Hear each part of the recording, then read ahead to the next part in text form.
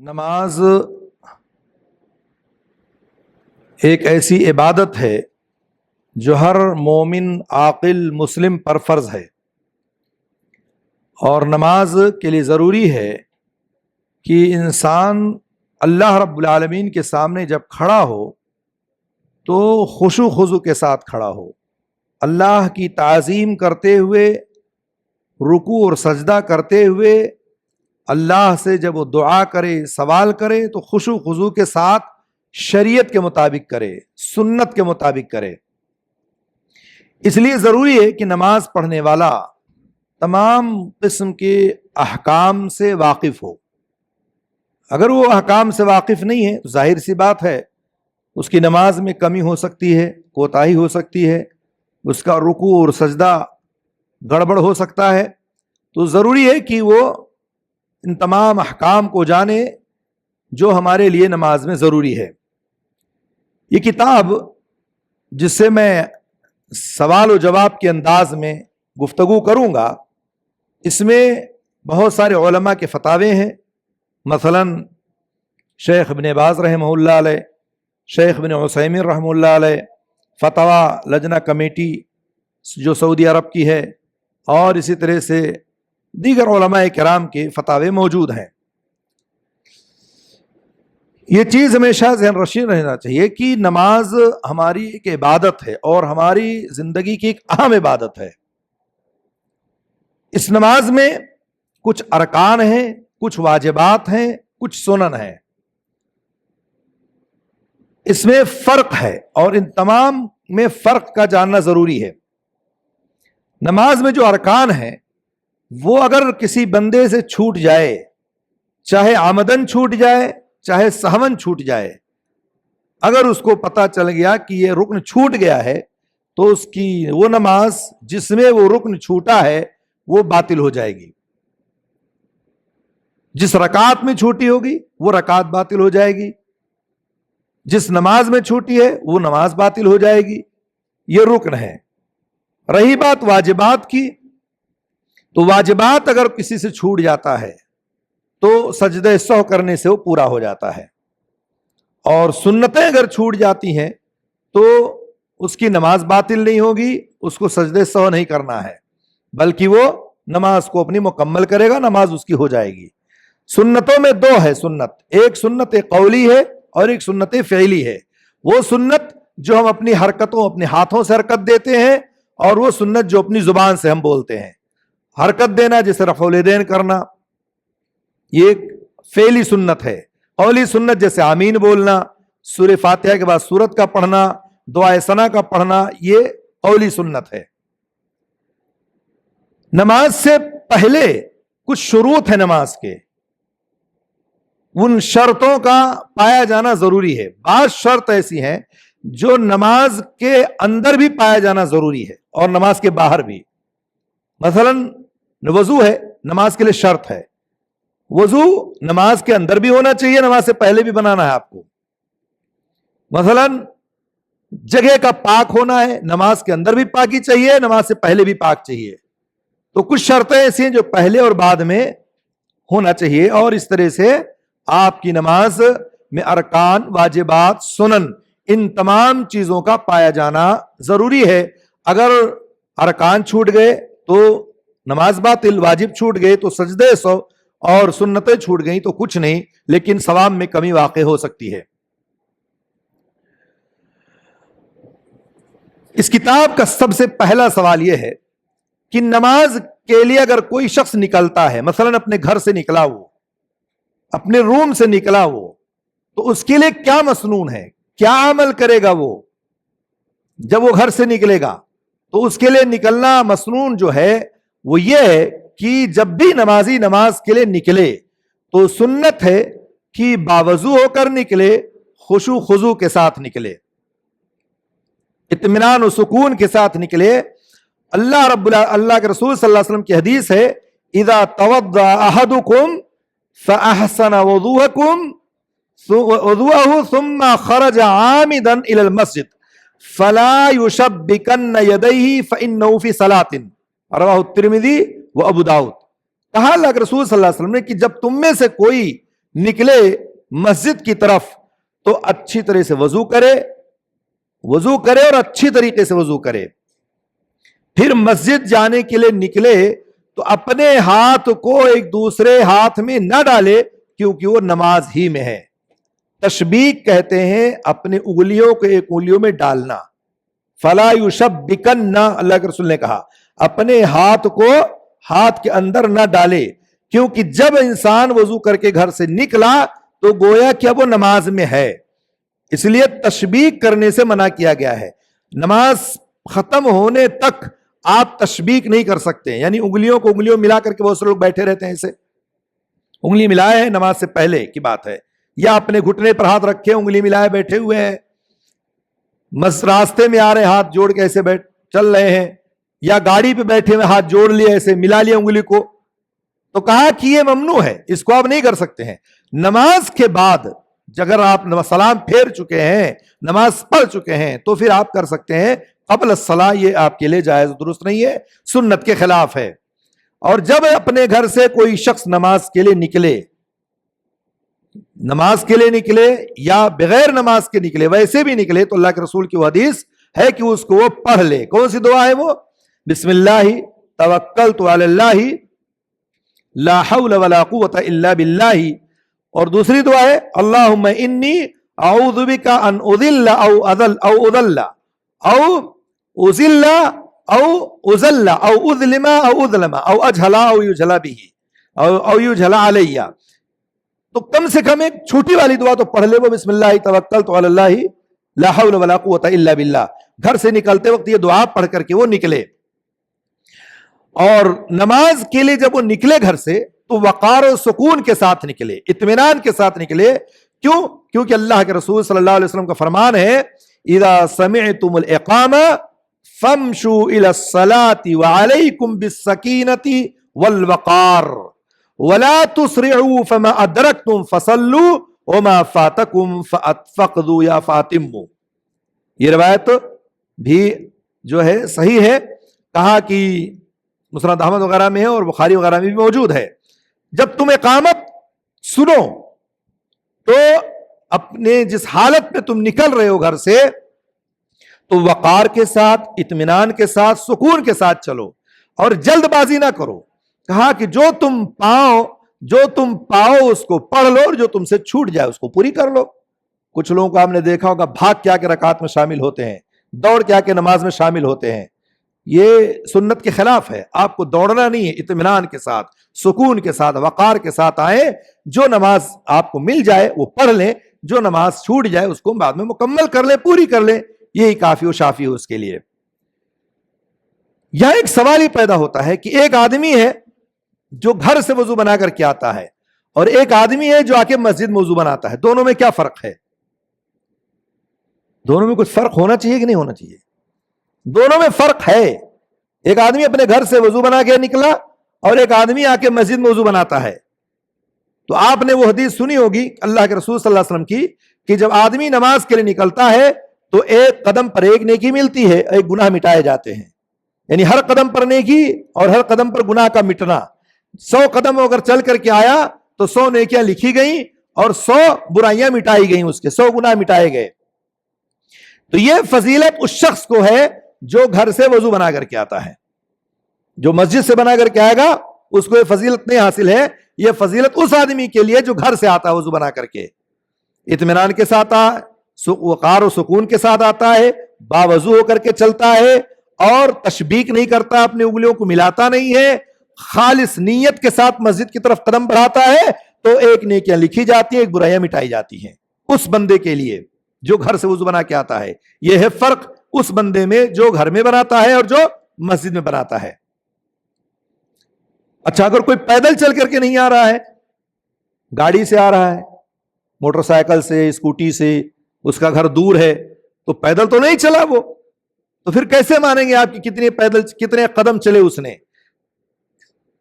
تو علماء کرام سے جب اس کا سوال کیا گیا تو کہتے ہیں کہ جتنی دیر اس کی پہیا جو گھومتی ہے وہ ایک قدم مانا جاتا ہے.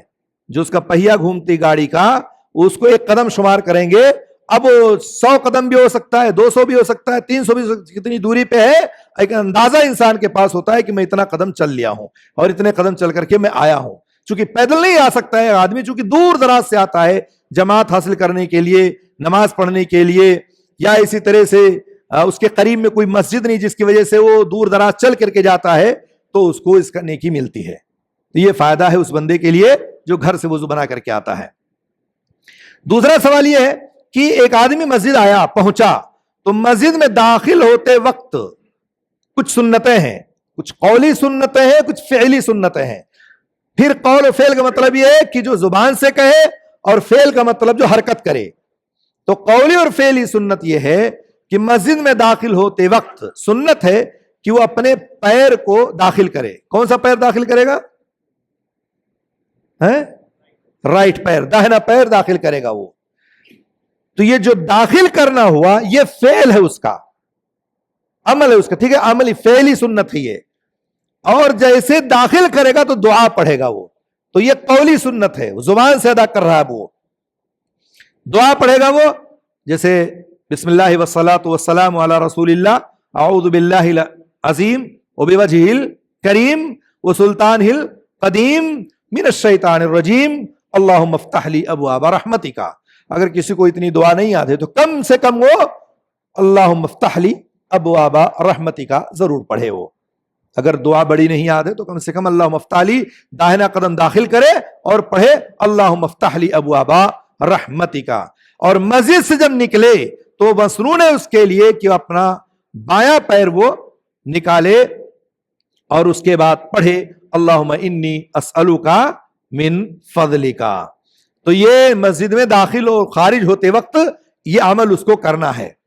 اس کے بعد نماز میں آیا, مسجد میں داخل ہو گیا, وہ نماز کا انتظار کرنے یا اس کے بعد بیٹھنے کی کیا فضیلت ہے؟ ایک آدمی آیا 15 منٹ پہلے پہنچ گیا, آدھا گھنٹہ پہلے مسجد میں پہنچ گیا, اور ایک آدمی آیا کہ فوراً اللہ اکبر جماعت میں شامل ہو گیا.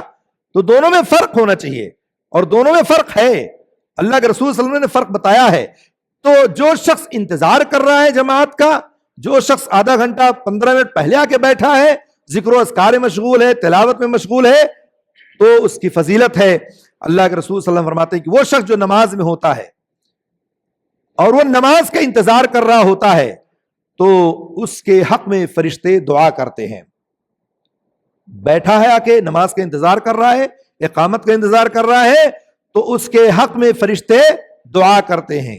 کیا دعا کرتے ہیں فرشتے؟ پہلی دعا کرتے ہیں اللہم اغفر لہ, اے اللہ اس بندے کو بخش دے.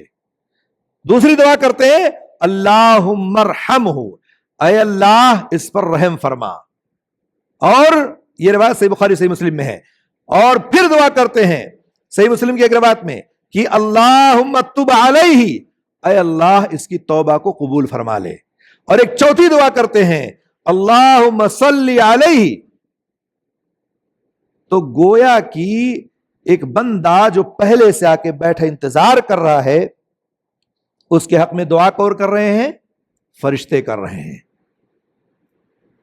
اور یہ اس وقت تک ہوگا, یہ دعا فرشتے اس وقت تک کرتے رہیں گے جب تک کہ وہ کسی کو تکلیف نہ پہنچائے یا بے وضو نہ ہو جائے.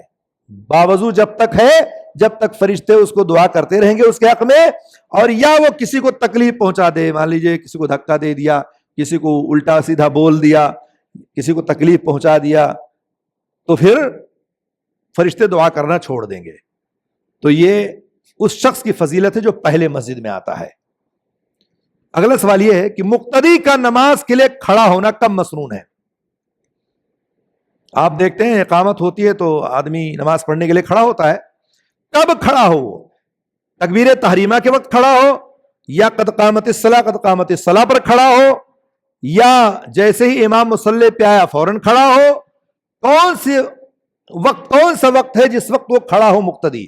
مسجد بھری ہوئی ہے اور انتظار میں لوگ ہیں, امام کو داخل ہوتے ہوئے دروازے سے دیکھا, لوگ کھڑے ہو گئے, یا امام نے ابھی انٹری نہیں ماری اور اندازہ لگ گیا کیا رہے, لوگ کھڑے ہو گئے, تب اس کو کھڑا ہونا ہے. تو اس کا جواب یہ ہے کہ کھڑے ہونے کے لیے حدیث میں کوئی محدود وقت سنت سے وارد نہیں ہے کہ کب کھڑا ہو. اس کے لیے کہ اللہ کے رسول صلی اللہ علیہ وسلم نے فرمایا ہے لا تقوموا حتی ترونی، ہاں اس وقت تک کھڑے نہ ہو جب تک کہ مجھے دیکھ نہ لو. اللہ کے رسول اپنے حجرے سے جب نکلتے تھے تو صحابہ کرام کھڑے ہو جاتے تھے کہ اب اللہ کے رسول آگے جماعت قائم ہوگی. تو نمازی کو اختیار ہے، چاہے وہ اقامت کے شروع میں کھڑا ہو یا اقامت کے بیچ میں کھڑا ہو یا آخر میں کھڑا ہو یا پہلے کھڑا ہو، سب جائز ہے اس کے لیے. اس میں کوئی حرج کی بات نہیں ہے کہ وہ اسی ٹائم کھڑا ہو جب تک قامت الصلاۃ کہا جائے. پانچواں سوال یہ کہ نمازی کو اقامت و تکبیر کے درمیان کیا کرنا چاہیے. اقامت و تکبیر، اقامت تکبیر کا مطلب یہ ہے کہ مؤذن ہے جو اقامت کہتا ہے، تکبیر کہتا ہے، تو اس نے جب کہا اللہ اکبر لا الہ الا اللہ، اور امام جو مصلی پہ کھڑا ہے تکبیر تحریمہ کہے گا اللہ اکبر، اس بیچ میں جو گیپ ہے 1 منٹ، آدھا منٹ، 20 سیکنڈ کا، اس بیچ میں کیا کچھ مقتدی کہے گا یا خاموشی کے ساتھ کھڑا رہے گا. تو نمازی کو چاہیے کہ اقامت کے دوران جب اقامت ہو جائے تو اپنے صف کو درست کر لے، کندھے سے کندھا ملا لے، پیر سے پیر ملا لے، اور اپنے ٹخنوں کو برابر کر لے. صفوں میں خالی جگہ ہو تو اس کو پر کر لے اور اہتمام کرے. اگر اس کے پاس مسواک ہے تو مسواک رگڑ لے، یہ بھی ایک سنت ہے، مسواک کر لے. رہی بات کچھ کہنے کی، یہ عمل ہے، یہ فعل ہے اس کا جو کرے گا، پیر ملائے گا، کندھا ملائے گا، پیر سیدھا کرے گا، ٹھیک ہے، مسواک کرے گا. لیکن زبان سے کچھ کہنے کی بات جو ہے، قول جو ہے، زبان سے کہنا کچھ ثابت نہیں ہے، کوئی دعا ثابت نہیں ہے.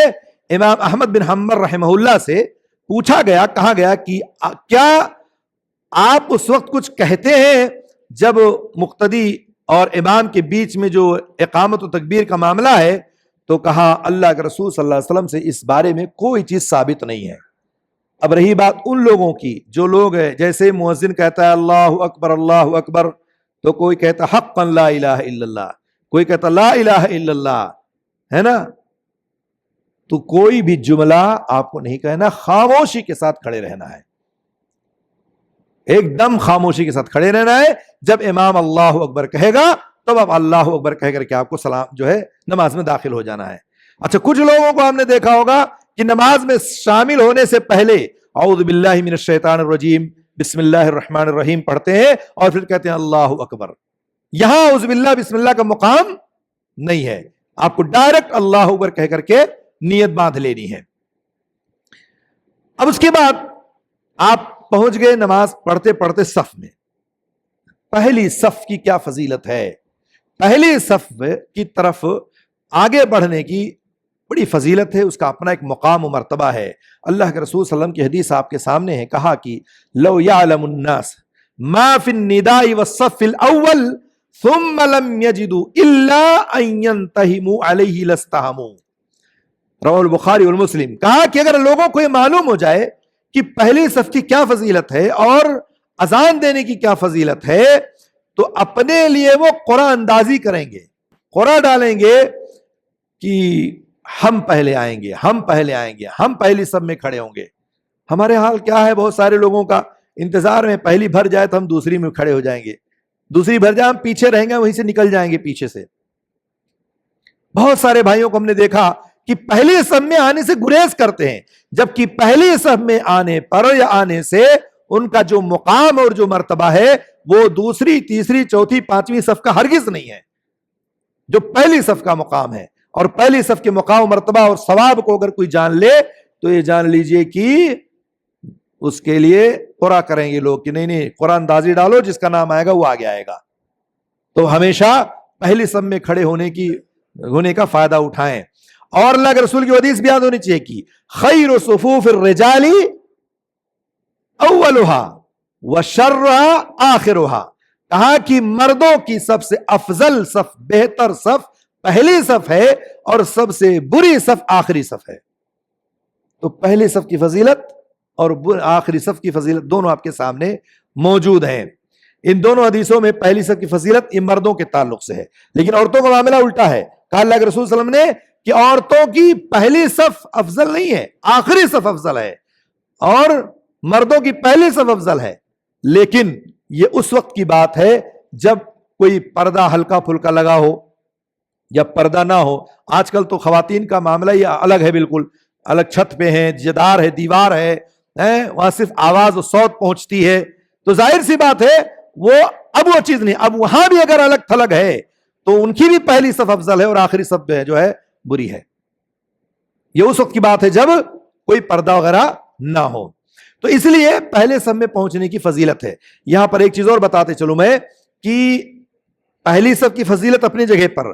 اگر کوئی بندہ امام کے جسٹ پیچھے کھڑا ہوتا ہے تو اس کا اپنا مقام ہے، اس کی الگ فضیلت ہے. اور امام کے جسٹ پیچھے کے بعد جو داہنے پہ کھڑا ہے اس کا اپنا مقام و مرتبہ ہے. اور امام کے بائیں جو کھڑا ہوا ہے اس کے بھی اپنے مقام و مرتبہ ہے. تو جتنا جو دور جاتا جائے گا اس کے مقام گھٹتے جائیں گے. تو گویا کہ امام کے پیچھے کھڑے ہونے والے کی زیادہ فضیلت ہے پہلی صف میں بھی. پہلی صف کی فضیلت اپنی جگہ پہ، لیکن امام کے پیچھے ہے اور امام کے دائیں بائیں میں موجود ہے، قریب ہے امام سے وہ، تو اس کا اپنا مقام و مرتبہ، اس کی اپنی فضیلت ہے. اسی طرح سے جب نمازی نماز پڑھتا ہے تو کہتا ہے اللہ اکبر. اللہ اکبر کیا مطلب اللہ اکبر کا؟ اس کا کیا اثر ہونا چاہیے نمازی پر؟ ایک نمازی کو یہ احساس ہونا چاہیے، ایک اثر ہونا چاہیے کہ دنیا کے تمام امور کے بارے میں جو کچھ وہ سوچ رہا ہے ان تمام امور میں اللہ رب العالمین سے بڑا کوئی نہیں ہے. اور یہ متعین ہوتا ہے اس بات سے کہ اس کا ذہن نماز میں موجود ہے. اللہ اکبر کہہ کر کے ہمارا دماغ کھیت میں ہو، کھلیان میں ہو، دکان پر ہو، فیکٹری میں ہو، اپنے نوکری پر ہو، تو ظاہر سی بات اللہ اکبر گویا کہ آپ نے کہہ تو دیا دل سے یعنی زبان سے، لیکن آپ کا دل و دماغ دونوں غائب ہے. یہ ذہن نشین ہونا چاہیے کہ اللہ اکبر کہہ دیا آپ نے، اب اس کے آگے کوئی چیز نہیں ہے.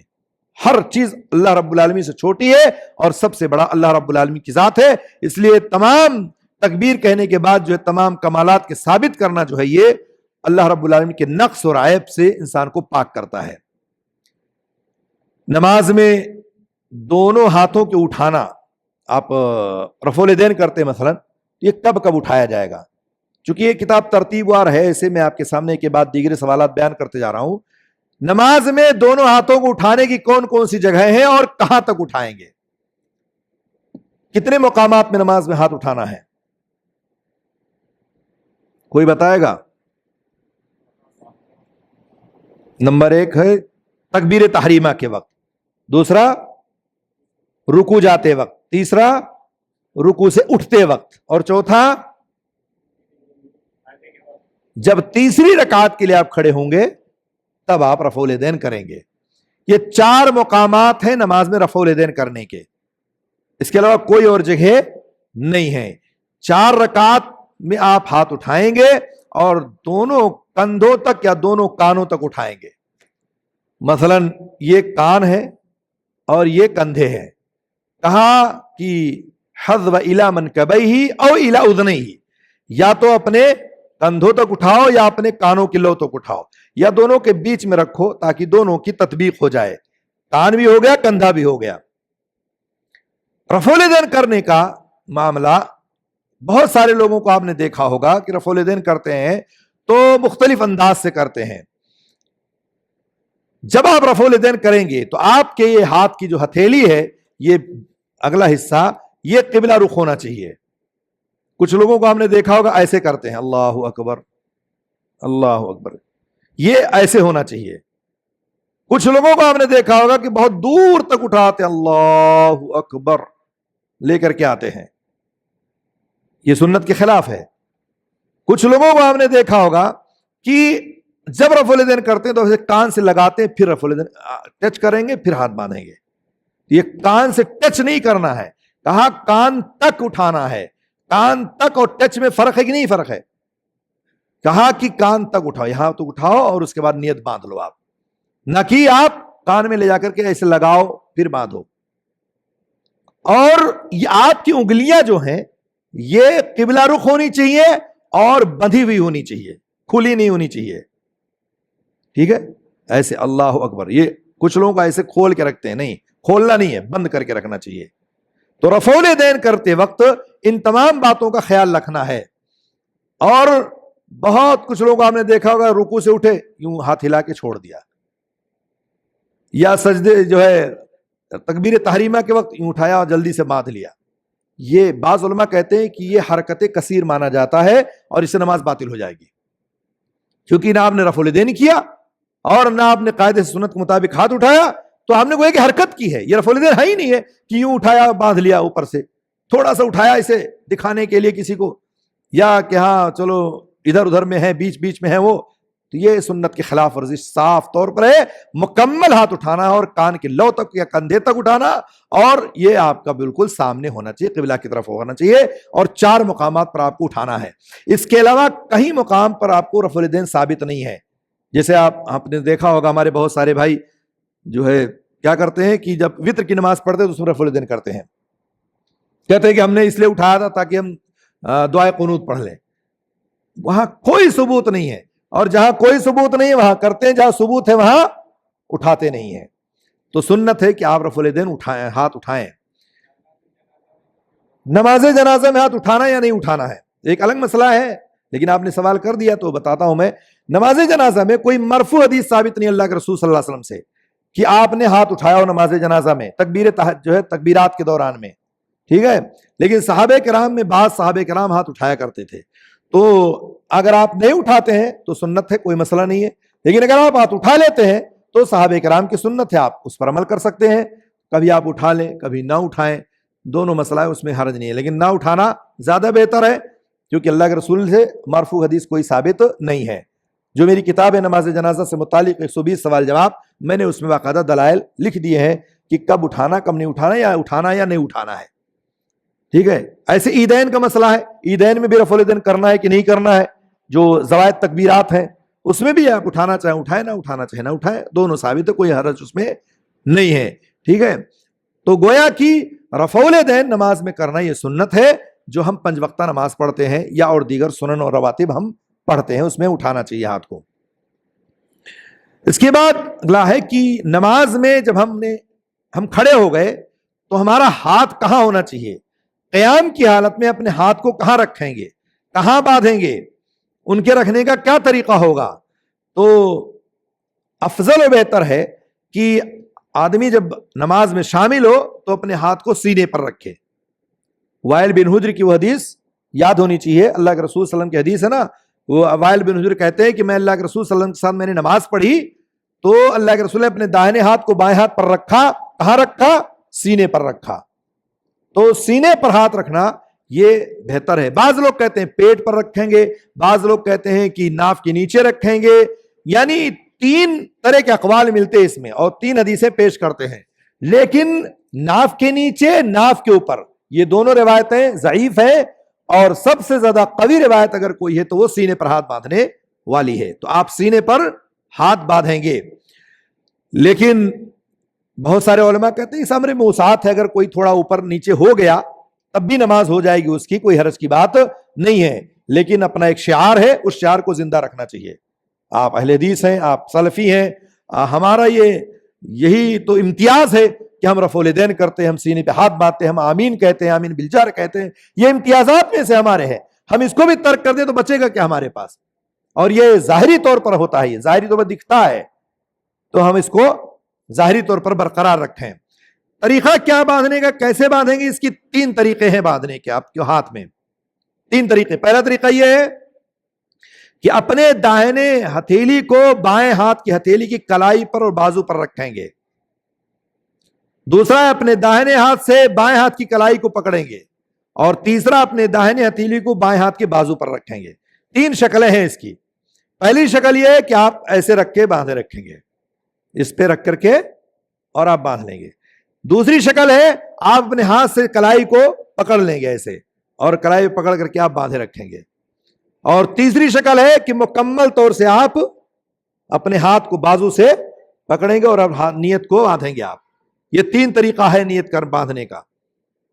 اب ہمارے ہاں عمومی طور پر لوگ ایسے باندھتے ہیں, لیکن اگر کوئی ایسے باندھے رکھے تو آپ نکیر نہیں کر سکتے ہیں, چونکہ یہ بھی اللہ کے رسول سے ثابت ہے. اگر کوئی ایسے باندھے ہوئے تو آپ نکیر نہیں کریں گے کہ بھائی یہ کیسی نیت آپ باندھے ہوئے ہو, چونکہ یہ بھی ثابت ہے تو 3 طریقے ثابت ہیں، ایسے ایسے اور ایسے، ٹھیک ہے، تینوں طریقہ اللہ کے رسول صلی اللہ علیہ وسلم ثابت ہے اور صحیح ہے۔ فتاوی نور علی الدرب یعنی شیخ ابن عثیمین کے جو فتاوے ہیں اس میں یہ چیز موجود ہے، دیکھا جا سکتا ہے وہاں پر۔ نیت باندھ لی آپ نے اللہ اکبر کہہ کر کے، اب آپ کو کیا پڑھنا ہے؟ دعائے ثنا پڑھنا ہے۔ دعائے ثنا جو ہے یہ 4 دعائیں آپ کو معلوم ہونی چاہیے کہ دعائے ثنا کم سے کم 4 ہیں۔ ایک دعا جو ہم تھوڑی سی بڑی والی پڑھتے ہیں، اللہم باعد بینی و بین خطایایا کما بعدت بین المشرق والمغرب الی آخرہ، یہ بڑی دعا تھوڑی سی۔ دوسری دعا ہے اسے تھوڑی سی چھوٹی ہے، اللہ اکبر کبیرہ الحمدللہ کثیرہ وسبحان اللہ بکرۃ واسیلا، یہ دوسری دعا ہے، دعائے ثنا ہے۔ اور تیسری دعا ہے الحمدللہ حمدن کثیرا طیبا مبارکن فی، یہ تیسری دعائے ثنا ہے۔ اور چوتھی دعائے ثنا ہے سبحانک اللہم وبحمدک وتبارک اسمک وتعالی جدک ولا الہ غیرک، یہ 4 دعائے ثنا ہے۔ کبھی آپ اس کو پڑھ لیں، کبھی اس کو پڑھ لیں، کبھی اس کو پڑھ لیں، آپ ایک کے بعد دیگرے کبھی کبھی اس پر عمل کیا کریں۔ تو اس لیے کیوں عمل کریں وہ آگے بات آئے گی کہ کیوں ہم مختلف چیزوں اور دعاؤں پر ہم عمل کریں۔ تو یہ 4 ہے، اور اللہم باعد بینی و بین اگر جس کو یاد ہے تو یہ تینوں تو بہت آسان ہیں۔ آپ عیدین کے موقع پر تکبیرات پڑھتے ہیں نا، تو یہی تکبیرات اللہ اکبر کبیرہ الحمدللہ کثیرہ وسبحان اللہ بکرۃ واسیلہ، یہی ہے۔ آپ رکوع سے اٹھتے ہیں تو کیا پڑھتے ہیں؟ سمیع اللہ لمن حمدہ کہتے ہیں نا، ربنا ولک الحمد حمدا کثیرا طیبا مبارکا فی۔ اس میں تھوڑا سا فرق ہے کہ ربنا ولک الحمد کے بجائے کیا ہے؟ اللہ الحمدللہ الحمدللہ حمدا کثیرا طیبا مبارکا فی، بس اتنا سا فرق ہے۔ تو آپ دعائے ثنا کبھی یہ پڑھ لیں، کبھی وہ پڑھ لیں، کبھی وہ پڑھ لیں، 4 دعائے ثنا ثابت ہے اور ہمیں مختلف انداز سے پڑھنا چاہیے۔ نماز میں سورہ فاتحہ پڑھنی، اس کے بعد سورہ فاتحہ پڑھنے کی کیا سنت ہے؟ کیسے پڑھیں گے سورہ فاتحہ آپ؟ کیا طریقہ ہونا چاہیے سورہ فاتحہ پڑھنے کا؟ سورہ فاتحہ پڑھنے کا طریقہ یہ ہے کہ ٹھہر ٹھہر کر پڑھیں، رک رک کر پڑھیں، یعنی ہر آیت کے آخر میں ٹھہریں، یہی سنت ہے۔ مثلا الحمدللہ رب العالمین الرحمن الرحیم مالک یوم الدین، باقاعدہ ہر آیت پر رکیں، یہ سنت ہے۔ لیکن اگر کوئی ایک سانس میں 3 آیت پڑھ دے تب بھی جائز ہے، پڑھ سکتا ہے، لیکن سنت نہیں ہے۔ سنت ہے ہر آیت پر ٹھہرا جائے۔ ہمارے ہاں جیسے بہت سارے حفاظ ہیں جو رمضان کے مہینے میں ایک سانس میں سورہ فاتحہ پڑھ جاتے ہیں، یا کم سے کم 2 سانس میں پڑھ دیتے ہیں پورا، تو اتنی جلد بازی نہیں کرنی چاہیے، اور سنت کے مطابق الگ الگ آیت پر ٹھہرنا چاہیے، رکنا چاہیے۔ اور اس کو پڑھنے کے وقت انسان کی کوشش ہو کہ دماغ تھوڑا لگائے کہ میں کیا کہہ رہا ہوں۔ اللہ کا قول ہے کہ بندے نے، جیسے آپ کہتے ہیں الحمدللہ رب العالمین، تو بندہ جب کہتا ہے تو اللہ تعالیٰ کہتا ہے حمدنی عبدی، بندے نے میری تعریف کی ہے۔ اللہ کا جواب دیتا ہے، کہتا ہے حمدنی عبدی، تو بندے نے میری تعریف کی، بندے نے میری ثنا بیان کی، بندے نے میری بزرگی بیان کی۔ اور اپنے ذہن میں یہ بات رکھیں کہ اللہ رب العالمین یہ بات کہہ رہا ہے جب سورہ فاتحہ آپ پڑھ رہے ہیں۔ اور اس طریقے سے نماز میں آپ کو حلاوت محسوس ہوگی، مٹھاس ملے گی آپ کو، جب آپ سورہ فاتحہ کو ٹھہر ٹھہر کر پڑھیں گے، اور جب اس میں تھوڑا غور و فکر کریں گے تو آپ کو مٹھاس ملے گی اور حلاوت ملے گی۔ اور اسی طرح سے وہ لوگ جو جلد بازی سے کام کرتے ہیں ان کو چاہیے کہ ایسی چیزوں سے اپنے آپ کو بچا کے رکھیں۔ اور سورہ فاتحہ کا پڑھنا یہ رکن ہے نماز میں، اگر کوئی نہیں پڑھتا ہے تو اس کی نماز نہیں ہوتی ہے، چونکہ بہت ساری دلائل موجود ہیں کہ سورہ فاتحہ پڑھنا ہمارے لیے ضروری ہے۔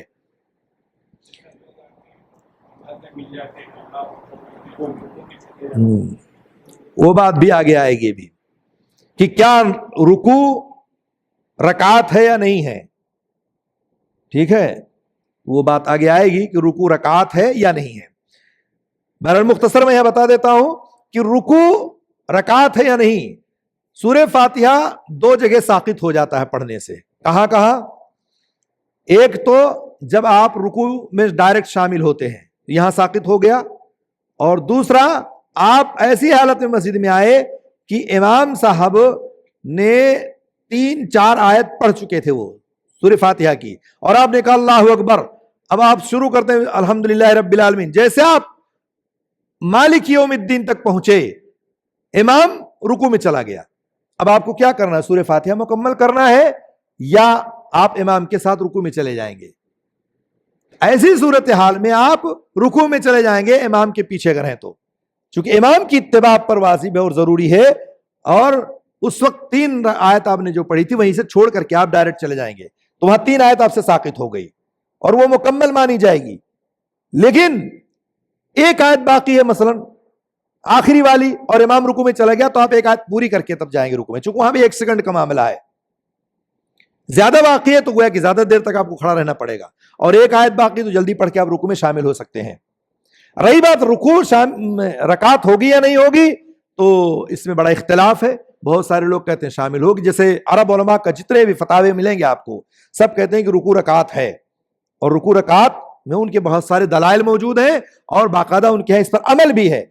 اور وہ حدیث جو سنن ابی داؤد کی ہے, من ادرک الرکوع فقد ادرک الرکعت, جس نے رکوع پا لیا اس نے رکعت پا لی. اب رہی بات یہ کہ ہمارے ہاں مثلا ہندوستان میں اور دیگر بہت سارے ملکوں میں نہیں رکعت کو, اہل حدیثوں کیا خاص طور سے ہندوستان میں رکوع کو رکعت نہیں مانتے ہیں, لیکن اگر کوئی مان لے تو آپ نکیر نہیں کریں گے, چونکہ اس کے پاس بھی دلیل موجود ہے. اور اس کے پاس بھی دلیل موجود ہے کہ آپ نے قیام چھوڑ دیا اور آپ سے سورہ فاتحہ ترک ہو گیا, دو رکن چھوٹا آپ کا. لیکن یہاں دلیل ہے اس حدیث میں جو اللہ کے رسول نے اس صحابی سے کہا تھا کہ آئندہ ایسا نہیں کرنا, تو گویا کہ اللہ کے رسول نے انکار نہیں کیا تھا, صرف تنبیہ کی تھی. تو بہرحال کبھی آپ اگر بغیر رکوع کے رکعت مان لیتے ہیں یا رکوع رکعت مان لیتے ہیں تب بھی کوئی حرج نہیں ہے, آپ کی نماز ہو جائے گی. اور نہیں مانتے ہیں, اطمینان نہیں ہے آپ کو, تو رکعت مکمل کریں آپ.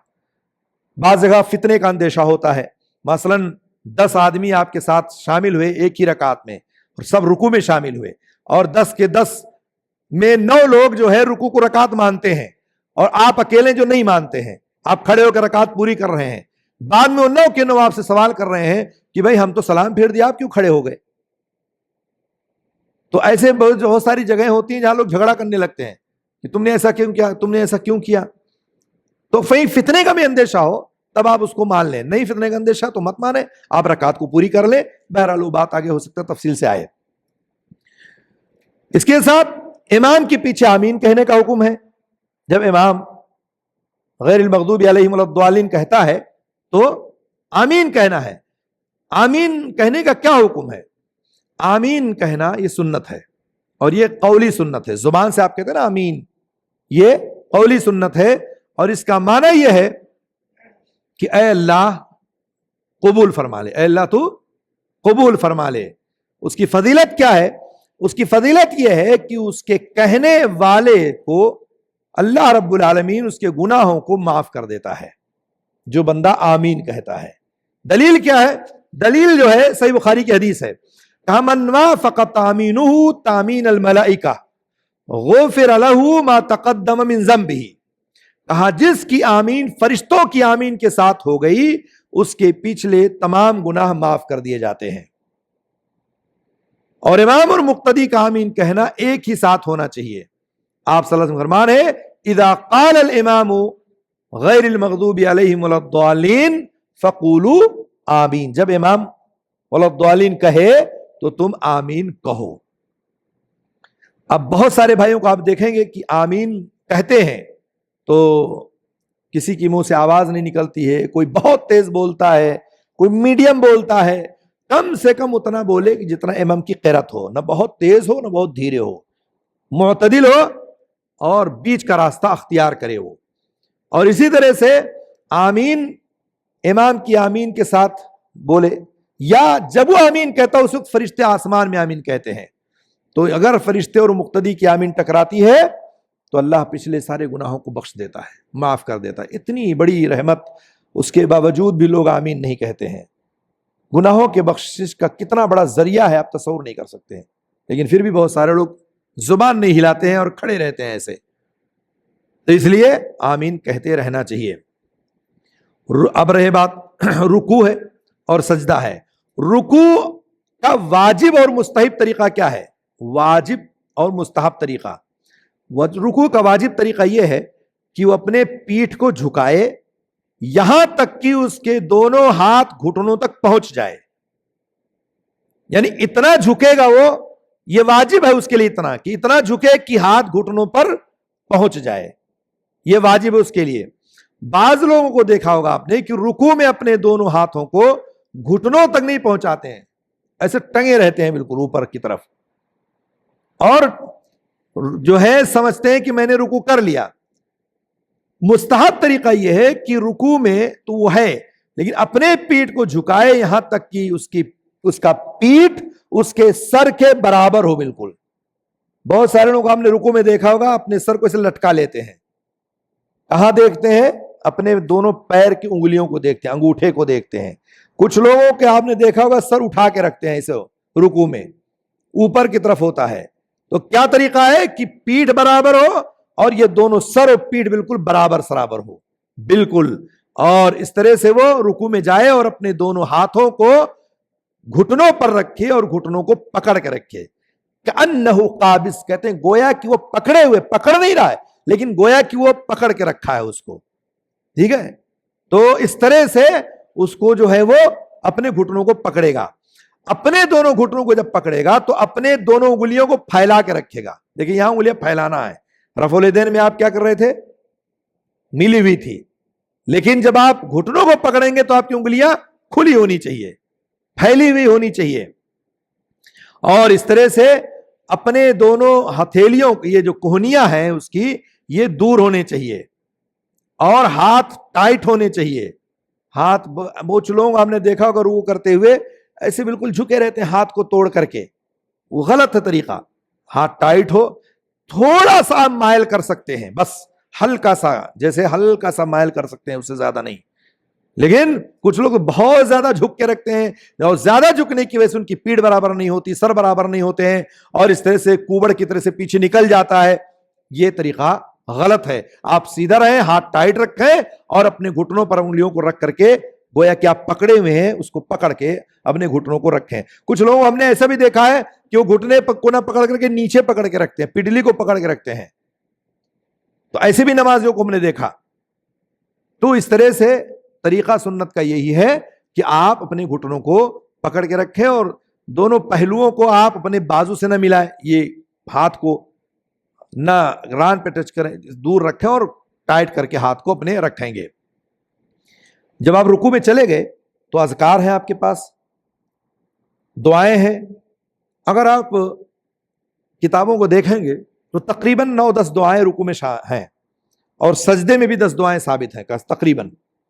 لیکن کم سے کم ایک دعا جو مشترکہ ہے یا جو الگ الگ دعائیں ہیں رکوع اور سجدے کی، جو رکوع کی دعا ہے سبحان ربی العظیم، یہ دعا معروف ہے اور اس دعا کو تو آدمی جانتا اور پڑھتا ہے.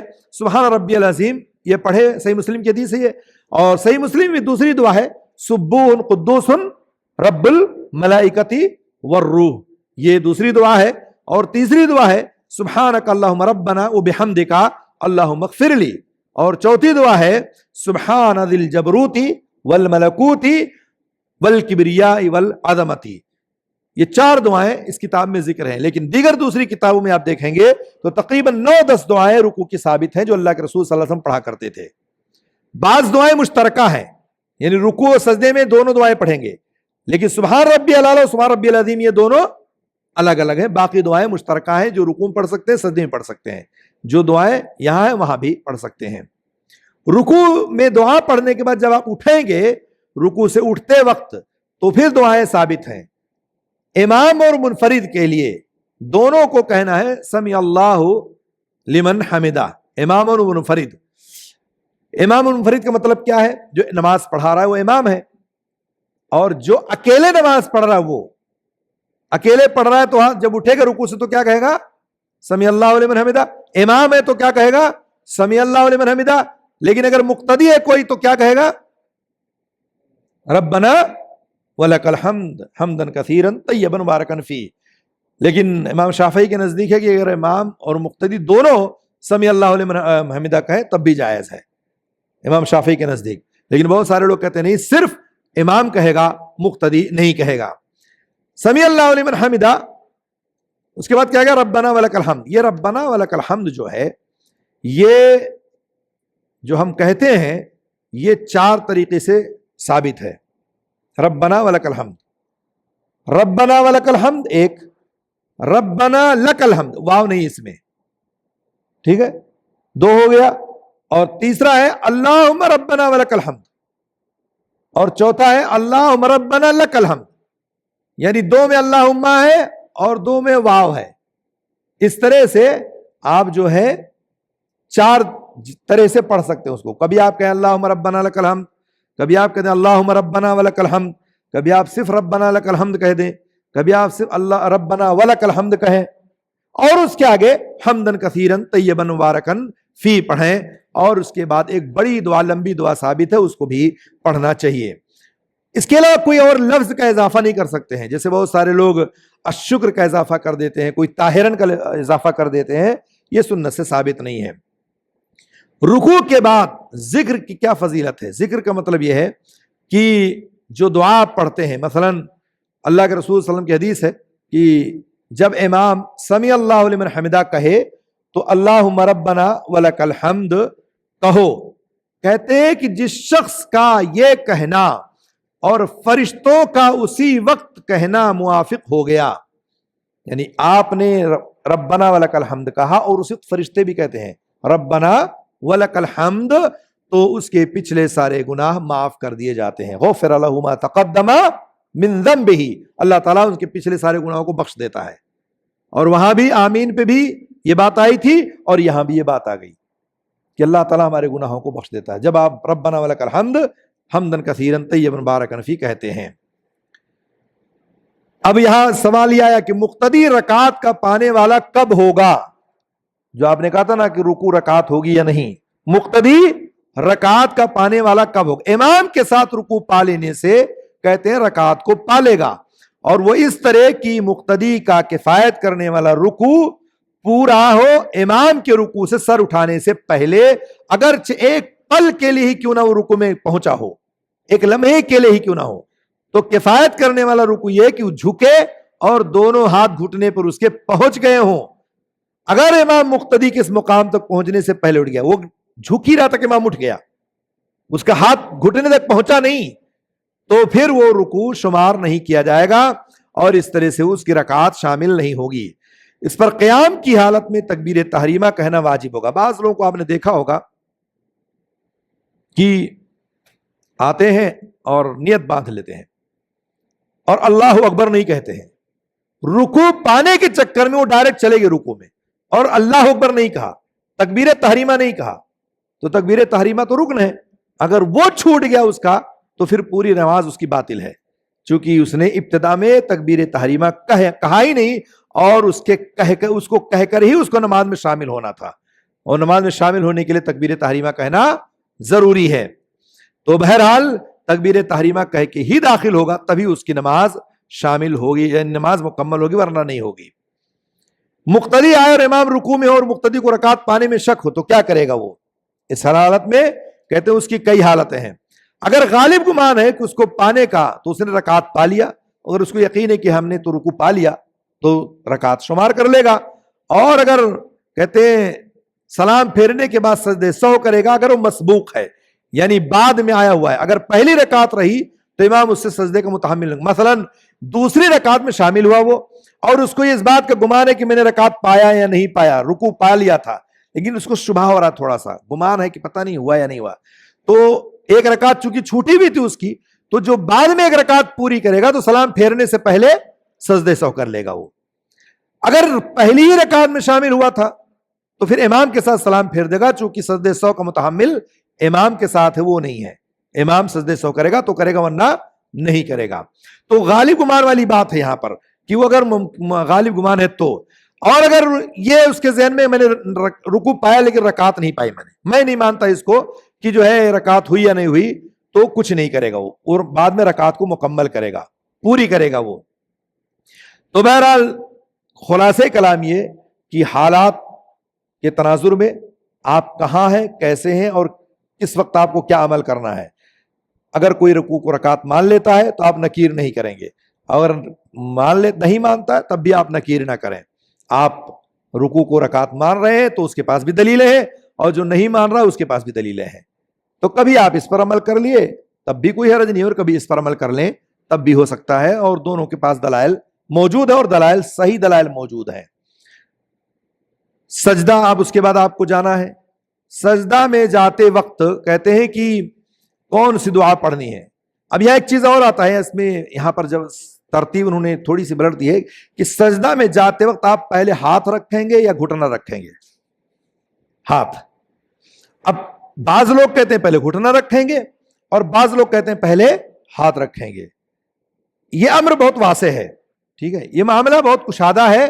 ہاتھ رکھیں یا گھٹنا رکھیں، علماء اہل حدیث کے ہاں ہاتھ رکھنا افضل ہے، اور علماء عرب کے ہاں آپ دیکھیں گے تو گھٹنا پہلے رکھتے ہیں وہ لوگ، ہاتھ بعد میں رکھتے ہیں.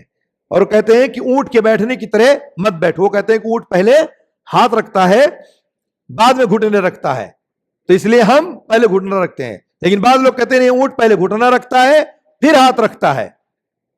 یعنی دونوں کی دلیل ایک ہے، اونٹ والی ہی حدیث ہے جس میں دونوں کی دلیلیں موجود ہیں.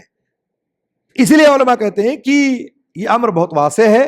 آپ چاہے کبھی گھٹنا رکھ لیں، چاہے کبھی ہاتھ رکھ لیں. کبھی مان لو کسی کو تکلیف ہے اور ہاتھ ڈائریکٹ نہیں رکھ سکتا تو گھٹنا رکھ لے وہ، یا کسی کو گھٹنے میں تکلیف ہے تو ہاتھ رکھ کر کے سجدے جائے وہ.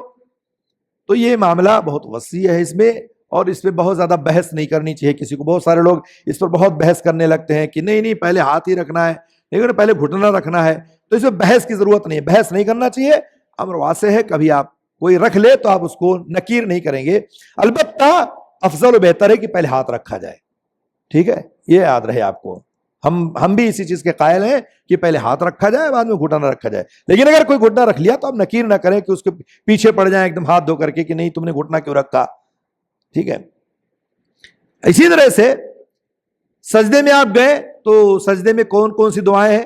وہی دعائیں میں نے کہا کہ 10 دعائیں سجدے میں ثابت ہیں. یہاں جو ہے 4 دعاؤں کا تذکرہ کیا ہے. وہ پہلی دعا سبحان ربی الاعلیٰ، اور دوسری دعا وہی سبوح قدوس رب الملائکۃ والروح، اور اسی طرح سے سبحانک اللہم ربنا وبحمدک اللہم اغفر لی، اور سبحان ذی الجبروت والملکوت والکبریاء والعظمہ. یہ چاروں دعائیں ثابت ہیں. اور کتنی بار پڑھا جائے گا سجدے میں دعا؟ کم سے کم کتنی بار پڑھیں گے؟ 1 بار. اور زیادہ سے زیادہ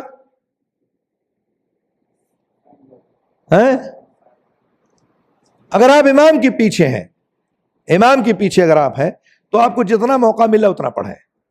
بھائی بعض دفعہ امام رکوع سجدے لمبے کر دیتا ہے، حالانکہ امام کو پیچھے مقتدیوں کا خیال رکھنا چاہیے کہ وہ لمبا نہ کرے. لیکن اگر کسی نے کر دیا تو پھر کیا کرے گا؟ جتنی بار پڑھ سکتا وہ پڑھتا رہے. سبحان ربی الاعلیٰ پڑھے، اور یا دیگر دعاؤں کو پڑھتا رہے، ملا لے، یہ کبھی یہ پڑھ لے، کبھی وہ پڑھ لے، کبھی وہ پڑھ لے، سارے پڑھ لے، پڑھ سکتا ہے وہ. لیکن 1 بار کم سے کم پڑھنا اس پر فرض ہے. 1 بار کم سے کم سبحان ربی الاعلیٰ یا سبحان ربی العظیم کہنا فرض ہے اس پر. 1 بار کم سے کم پڑھنا ہے اس کو. اور اسی طرح سے جو ہے سجدہ کا وہ طریقہ جو واجب اور ضروری ہمارے لیے ہے. اور اگر کوئی شخص 7 اعضاء میں سے کسی ایک عضو پر سجدہ کرنے کو چھوڑ دے تو اس کا کیا حکم ہے؟ سجدہ کتنے اعضاء پر ہوتے ہیں؟ 7 اعضاء پر ہوتے ہیں سجدہ. واجب ہے ہمارے لیے، ضروری ہے کہ سجدہ 7 اعضاء پر ہوں. اور وہ کیا ہے 7؟ پیشانی، ناک سمیت. یہ پیشانی ناک سمیت یہ ایک شمار ہوتا ہے. اس کے بعد دونوں ہاتھ آپ کے ہیں، 2 ہو گئے اور 3 ہو گئے، اور دونوں گھٹنے 5، اور پیچھے کے دونوں پیر قدم آپ کے جو زمین سے ٹچ ہیں وہ 7 اعضاء آپ کے زمین سے ٹچ ہونے چاہیے. واجب ہے ہمارے لیے، ضروری ہے. یہاں بتاتا ہوں ابھی آپ کو. تو جو دونوں یہ 7 اعضاء جو آپ کے جسم سے ہیں، بعض لوگوں کو آپ نے دیکھا ہوگا کہ پیر اٹھا کے رکھتے ہیں. کوئی جو ہے ایک پیر اٹھا کے رکھتا ہے، کوئی کسی بھی شکل میں، کوئی ناک اٹھا کے رکھتا ہے، صرف پیشانی زمین سے ٹیکے رہتا ہے. تو پھر ناقص ہے اس کا سجدہ مکمل تب ہوگا جب وہ 7 اعضاء مکمل زمین سے ٹچ ہوں گے اس کے. اگر کسی کو آپ دیکھیں تو اس کو بتائیں کہ بھائی آپ کے 7 اعضاء جسم سے ٹچ ہونے چاہیے زمین پر، تب آپ کا سجدہ مکمل ہوگا۔ اب سجدہ کرنے والا یہ ضروری ہے، جیسے کہا ایڑیاں ملانا، جب وہ سجدے میں جائے گا تو اس کے دونوں پیر مل جائیں اور انگلیاں پیر کے جو ہے قبلے کی طرف ہوں، موڑ کے رکھے قبلہ کی طرف ہو اور ایڑیاں ملا لے وہ اس طرح سے۔ بعض لوگ کہتے ہیں کہ نہیں دور دور رکھے، جیسے کہ جس پوزیشن میں وہ کھڑا تھا اسی پوزیشن میں سجدے کی حالت میں بھی قدم کو رکھے، پیر کو رکھے، لیکن صحیح بات کیا ہے کہ وہ اپنے پیر کو ملا لے، ٹھیک ہے۔ اب رہی بات پیر ملا لیا اس نے، اب رہی بات ہاتھوں کا، یہ ہاتھ جو ہے جب آپ سجدے میں جائیں گے تو یہ کوہنیاں آپ کی اٹھی ہونی چاہیے۔ کچھ لوگ آپ نے دیکھا کہ ایسے ہاتھ پورا پھیلا کے رکھتے ہیں، خاص طور سے خواتین کا معاملہ بہت اہم ہے، یہاں خواتین کا دیکھا ہوگا آپ نے، تو چاہے مرد ہو یا عورت ہو دونوں کے سجدہ یکساں ہیں، اس میں کوئی تفریق نہیں ہے، برابر ہے بالکل، جیسے مرد سجدہ کرے گا ویسی عورت سجدہ کرے گی۔ تو ہاتھ زمین پر نہیں کوہنیوں سمیت رکھے گا، وہ بچھائے گا نہیں، اٹھا کے رکھے گا، اور یہ کوہنیاں اس کی نہ ران سے ٹچ ہوں گی اور یہ کوہنیاں نہ اس کے بغل سے ٹچ ہوگا، بلکہ کوہنیاں اس کی دور ہوں گی۔ اگر اگل بغل میں اس کے نمازی ہیں تو اتنا احتیاط سے رکھے کہ بغل والے کو تکلیف نہ پہنچے۔ کچھ لوگ آپ نے دیکھا بالکل طاقت لگا کے ایسے کیے رہتے ہیں کہ چاہے وہ کتنا بھی اس کو تکلیف پہنچے، یہ غلط بات ہے۔ اس کو جو ہے بہت طاقت سے نہیں، آپ آرام سے رکھیں، بغل کر کے رکھیں، آپ کا ٹچ بھی نہیں ہو رہا ہے، اس کو تکلیف بھی نہیں ہو رہی ہے، اس بات کا ہمیشہ خیال رکھنا چاہیے۔ تو سجدے کی حالت میں یہ چیز ہونا چاہیے، جب سجدے آپ جائیں تو آپ کی یہ انگلیاں جو ہیں ملی ہوئی ہونی چاہیے اور سیدھا قبلے کی رخ ہونا چاہیے بالکل۔ آپ نے دیکھا کچھ لوگ ایسے رکھتے ہیں، کچھ لوگ ایسے رکھتے ہیں، کچھ لوگوں کو دیکھا ہم نے عرب کے بہت سارے بچوں کو ایسے موٹھا باندھے باندھے سجدہ کر لیتے ہیں اور کھڑے ہو جاتے ہیں، یہ غلطی ہے ان کی۔ انگلیاں کھلی نہیں ہوں گی، بندھی ہوگی، قبلہ رخ ہوگا، اور کہاں رکھیں گے آپ؟ اپنے اس ہاتھ کو آپ کے کندھے یا کان کے بیچ میں رکھیں گے، اس کو بہت آگے نہیں رکھیں گے، بہت پیچھے نہیں رکھیں گے، یہ بیچ میں آپ کی یہ ہاتھ ہوگا اور اس طرح سے ہوگا۔ کچھ لوگوں کی غلطی کہاں ہے یہاں پر کہ آپ جب وہ سجدہ کرتے ہیں تو اپنے ہاتھ سے اپنے آنکھوں کو ایسے بند کیے رہتے ہیں، ایسے، یہ ہم نے بہت سارے لوگوں کو دیکھا ہے کہ جو ہے جب سجدہ کریں گے تو ایسے بند کر لیں گے۔ نماز میں آنکھ کے بند کرنے کا کوئی تصور نہیں ہے، کسی بھی حالت میں، قیام ہو، رکوع ہو، سجدہ ہو یا کسی اور حالت میں ہو، آپ نماز میں آنکھ نہیں بند کر سکتے ہیں۔ ایک آدمی ہے ٹھیک ہے ایسے کبھی بند کر لیا کبھی کھول لیا، ٹھیک ہے، یا خشوع خضوع کے لیے، یا جو ہے ایسے آنکھ بند کیا وہ چھوڑ دیا۔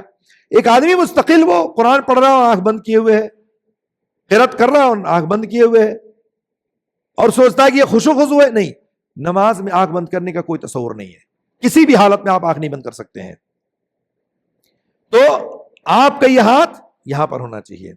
اس کے بعد آپ کے جو پیر ہیں، جو یہ آپ کی کمر سے لے کے وہ گھٹنے تک کا حصہ جو ران ہے، یہ بالکل کھڑا ہونا چاہیے، یہ بالکل ایسے کھڑا ہو ران۔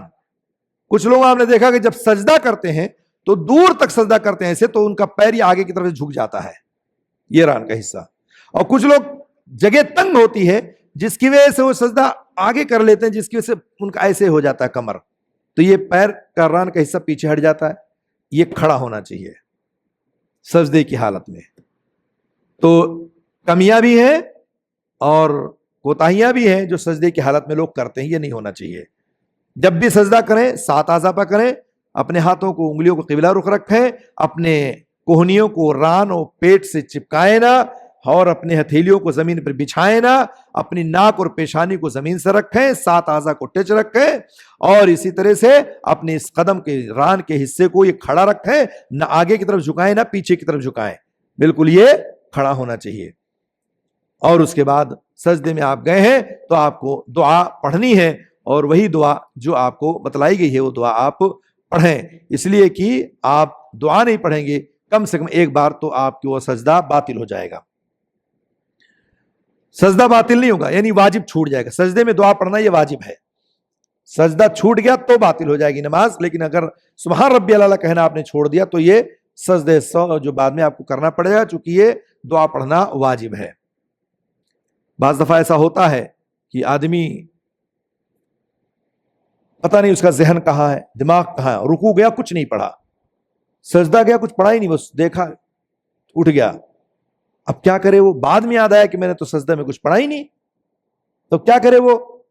اگر اس کو بعد میں یاد آ گیا اور اس کو غالب گمان ہے کہ میں نے سجدہ میں کچھ نہیں پڑھا ہے، تو پھر وہ سلام پھیرنے سے پہلے سجدہ سہو کرے اور پھر سلام پھیرے. چونکہ رکوع اور سجدہ میں اذکار جو ہے، دعا جو ہے پڑھنا یہ واجب ہے، تو اس لیے وہ وہاں پر یہ پڑھے گا. اسی طرح سے کون سی ایسی حالت ہے جس میں بندہ دوسری حالتوں کی بنسبت اپنے رب سے زیادہ قریب ہوتا ہے؟ نماز کی حالت. نماز میں کون سی ایسی حالت ہے؟ وہ سجدہ کی حالت ہے. دوسری حالتوں کے مقابلے میں بندہ اپنے رب سے سب سے زیادہ قریب کب ہوتا ہے؟ سجدے میں ہوتا ہے. اللہ تعالیٰ نے فرمایا وَأَمَّا السُّجُودُ فَاجْتَهِدُوا فِي الدُّعَاءِ فَاقِمُونَ أَن يُسْتَجَابَ لَكُمْ. اور دوسری جگہ کہا ہے کہ فَاسْجُدْ وَاقْتَرِب. تو گویا کہ سجدے میں کہا دعا مانگنے کی کوشش کرو، کیونکہ یہ اس لائق ہے کہ وہ تمہاری دعا کو قبول فرمائے اور تمہاری دعا قبول کر لی جائے، اور سجدے میں اپنے رب سے قریب ہو جاؤ. آدمی اگر نوافل کا اہتمام کرتا ہے، سنن پڑھتا ہے، تو سجدہ تھوڑا لمبا کرنا چاہیے اس کو. جسے آپ امام ہیں اور مقتدی ہیں تو الگ بات ہے، ایک دوسرے کا خیال رکھنا ہے، لیکن آپ خود اکیلے نماز پڑھ رہے ہیں، مثلا سنت راتبہ پڑھ رہے ہیں آپ، یا نوافل پڑھ رہے ہیں، یا قیام اللیل کر رہے ہیں رات میں اٹھ کر کے آپ، تو آپ تھوڑا لمبا رکوع لمبا سجدہ کریں. اللہ کے رسول صلی اللہ علیہ وسلم بڑے لمبے لمبے سجدہ کیا کرتے تھے. آپ اپنے رب سے قریب ہیں، اور جو دعائیں آپ کو یاد ہیں دعا مانگیں. آپ جو دعائیں، بعض علماء تو کہتے ہیں اپنی زبان میں بھی نوافل نمازوں میں آپ دعا مانگ سکتے ہیں. اگر مان لیجیے عربی میں نہیں آتی آپ کو تو آپ اپنی زبان میں بھی اللہ سے دعا مانگ سکتے ہیں. بعض علماء اس کی بھی قائل ہے. تو کہنے کا مقصد ہے کہ سجدے میں اللہ رب العالمین سے قریب ہونا چاہیے ہمیں. اسی طرح سے ایک سوال یہ ہے کہ کیا نماز میں دنیاوی معاملات کے مطابق ہی دعا کی جا سکتی کہ نہیں کی جا سکتی ہے؟ تو دعا نماز میں فرض ہو یا نفل اسی طرح مشروع ہے جس طرح نماز سے باہر مشروع ہے. جو باہر چیز آپ مانگ سکتے ہو آپ نماز کے اندر بھی مانگ سکتے ہیں، اس میں کوئی حرج کی بات نہیں ہے. اور دعا مانگنے والے کے لیے مستحب ہے کہ اپنے رب سے تمام ضروریات کو رکھے، جو بھی اس کی ضرورت ہے اللہ سے کہے، وہ اللہ کے سامنے رکھے. اور دنیاوی ضرورت ہو یا اخروی ضرورت ہو، کہیں کی بھی ضرورت ہے، افضل یہ ہے اس کے لیے کہ سجدے کی حالت میں اللہ کے سامنے اپنی بات کو رکھے.